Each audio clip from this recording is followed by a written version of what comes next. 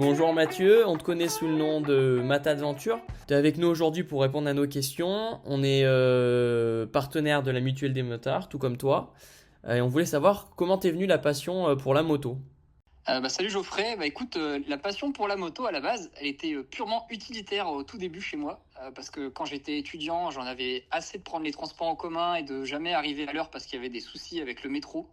Et je me suis dit, je peux pas prendre la voiture parce que ça coûte trop cher les parkings et il y a trop d'embouteillages, donc je vais me mettre à la moto. Et c'est comme ça que j'ai passé mon permis moto. Et en fait, au fur et à mesure, cette notion utilitaire est passée aussi en plaisir. Et une fois, j'ai découvert le trail et je me suis mis comme ça maintenant depuis 8 ans à faire du trail aussi bien sur route qu'en tout terrain. Et maintenant, je préfère même rouler en tout terrain que sur le bitume. Mais ça, c'est encore différent.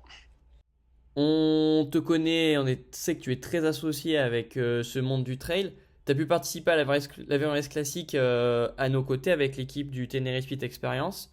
C'était ta première course d'enduro. Est-ce que tu peux nous parler un peu de cette expérience avant qu'on reparte sur le trail? Ouais, alors j'ai découvert un nouveau monde puisque je connaissais pas du tout l'enduro, mais vraiment absolument pas. Moi, tout ce que j'avais vu jusqu'à présent, c'était des personnes qui prenaient des motos d'enduro pour participer à des événements trail et je voyais pas toujours l'intérêt en fait de ça.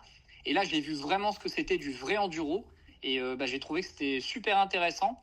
J'aimerais vraiment y reparticiper, mais en ayant un bagage technique, une formation pour bien comprendre comment ça se pilote puisque c'est très différent d'un trail. Mais en tout cas, j'ai bien aimé le concept des différentes spéciales, de toutes les liaisons et de tout ce qu'on a pu découvrir aussi en termes d'obstacles techniques. C'était vraiment un super moment. Ton prochain objectif, c'est non pas de l'enduro, non pas du trail, mais plutôt du rallye raid. Qu'est-ce qui t'a, pareil, donné l'envie de te lancer qu'est-ce qui fait qu'aujourd'hui tu poursuis cet objectif-là de te lancer dans ton premier rallye? Alors en fait, le rallye raid au global, c'est vrai que c'est quelque chose qui me plaisait. Mais moi, ce qui me plaît surtout depuis que je suis tout petit, c'est en fait ce que je voyais à la télé sur les chaînes type France 3 avec le Dakar qui se passait en Afrique et tous ces pilotes qui roulaient avec des gros bicylindres, des grosses machines. Et vraiment, ça c'est quelque chose où je m'étais toujours dit, un jour je le ferai.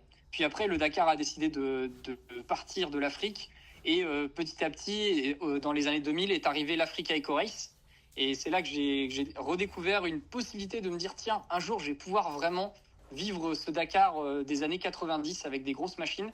Et donc, voilà, ça fait quelques années que je me prépare au niveau de la moto, que j'essaye aussi de me préparer au niveau pilote. Et donc, pour mon tout premier rallye, je vais me lancer là-dessus parce que je veux participer dans une catégorie qui est réservée aux moins de 35 ans. Et résultat, j'ai pas trop le choix là, vu que j'ai 35 ans cette année. C'était ma dernière année pour me lancer dans cette catégorie. Donc je tente un peu par une course un peu grosse, un peu mythique, mais qui va sûrement me laisser des souvenirs à vie. Justement, tu as parlé du fait que tu te préparais, mais comment est-ce que tu te prépares pour cette course? Alors, me préparer, c'est toujours un peu un bien grand mot parce que clairement, je n'ai pas du tout le niveau de préparation d'un pilote qui ferait ça à fond pour du classement ou ce genre de choses. Moi, je le prépare vraiment en mode je veux aller jusqu'au bout de l'événement. Donc, ça passe par plusieurs piliers. Donc, il y a la partie, bien évidemment, de la préparation de la moto, puisque je fais ça avec une moto qui n'est pas un monocylindre. Moi, je fais ça avec un 3 cylindres ou alors, pareil, sur les Yamaha qui se font avec des bicylindres. C'est des motos qui sont un peu ajustées au niveau préparation avec des suspensions capables de manger tous ces kilomètres qui sont assez intenses, des réservoirs supplémentaires pour absorber aussi la consommation qui est plus élevée dans le désert. Et donc, il faut avoir un peu plus d'essence sur soi. Donc, on a comme ça beaucoup de choses à préparer sur la moto. Après, on a des choses à préparer au niveau physique pour être capable de tenir, puisqu'on a quand même 6000 km à faire sur 12 jours de course. Donc, il faut avoir une bonne endurance, un bon cardio et bien tenir le choc. Et après, il y a aussi toute la partie navigation qui demande aussi beaucoup d'apprentissage si on n'en a jamais fait. Donc, il faut comprendre tous les symboles, savoir comment fonctionne le système des roadbooks. Donc, ça aussi, c'est un pan de plus à travailler. Et puis, il y a toute la partie pilotage aussi, parce que si vous ne savez pas avoir un minimum de technique de pilotage, vous allez vous fatiguer très vite. Et donc, c'est problématique pour tenir sur la durée comme on va devoir le faire. Et après, il y a aussi toute la partie organisation, logistique, administrative, trouver l'argent, faire les licences, organiser son matériel pour l'entretien et la réparation, puisque en fonction de ce que vous faites, ça va changer l'expérience, puisqu'il y a ce qu'on appelle le mal moto, où là, c'est le pilote qui fait tout le soir, l'entretien, etc. Et après, il y a des structures qui permettent justement de ne pas avoir à gérer toute cette partie pour gagner beaucoup de temps et aussi enfin, limiter énormément la fatigue en fait tous les soirs puisque ça fait un truc de moins à gérer. Et ça, le Ténéré Spirit Experience avec ce que propose Marc Bourgeois, notamment avec les Ténéré, c'est hyper intéressant parce que pour les gens qui sont en Yamaha, ils peuvent comme ça vivre l'expérience de l'Africa Eco Race et en même temps être limite comme dans un team usine en fait. Et ça, je trouve ça vraiment sympa. Justement, tu nous parlais de l'Africa Eco Race. Est-ce que tu as d'autres courses de prévues ou est-ce que tu as d'autres courses qui t'intéressent cette année, dans les années à venir? Est-ce que tu lorgnes vers certains événements? Ouais, complètement. Alors, mon objectif, parce que je veux essayer de rester assez soft, déjà parce que pour des histoires de coûts et aussi d'organisation familiale, je ne peux pas partir à tous les rallyes tout le temps.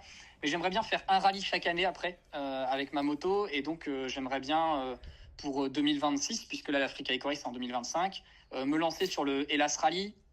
Aussi essayer par la suite le 1000 Dunas, qui a l'air aussi intéressant comme rallye. Et il y a comme ça de plus en plus de rallye raids qui sont ouverts aux grosses motos, donc aux plus de 450 cm3, ce qui offre justement un panel de possibilités assez énorme. Et j'ai aussi découvert, là, grâce au TSE, le rallye de Turquie, que je connaissais pas du tout, là, le Transanatolia, si je dis pas de bêtises.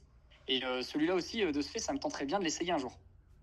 Eh ben, tu as plein de choses de prévues. On voit que c'est assez dynamique de ton côté. Tu t'investis vraiment.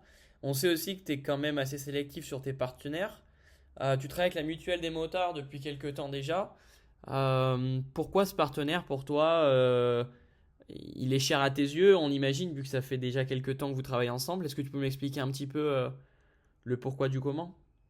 Ouais, en fait, la mutuelle des motards, je les ai rencontrés quand j'ai commencé à travailler sur ma moto, puisque je cherchais un assureur qui est capable d'assurer de manière officielle et comme il faut des motos totalement modifiées, sans que ça pose de problème au niveau de l'assurance. Et en cherchant au fur et à mesure, j'ai découvert que la mutuelle des motards, c'était vraiment les seuls en France, et peut-être même en Europe, si je me trompe pas, à assurer des motos modifiées. Bien évidemment, il y a tout un process avec une expertise, une validation de tout ce qui a été fait pour être sûr qu'ils n'assurent pas n'importe quoi en termes de moto. Et au fur et à mesure, comme ça, j'ai pu échanger davantage avec eux. J'ai même pu, au fur et à mesure, créer des émissions avec eux pour vulgariser un petit peu toutes ces notions sur l'assurance, sur des points un peu spécifiques. Et j'aime vraiment bien le fait qu'ils soient ouverts à partager en fait plein de choses et à rendre le monde de l'assurance moto moins opaque que ce que ça peut l'être, notamment chez d'autres.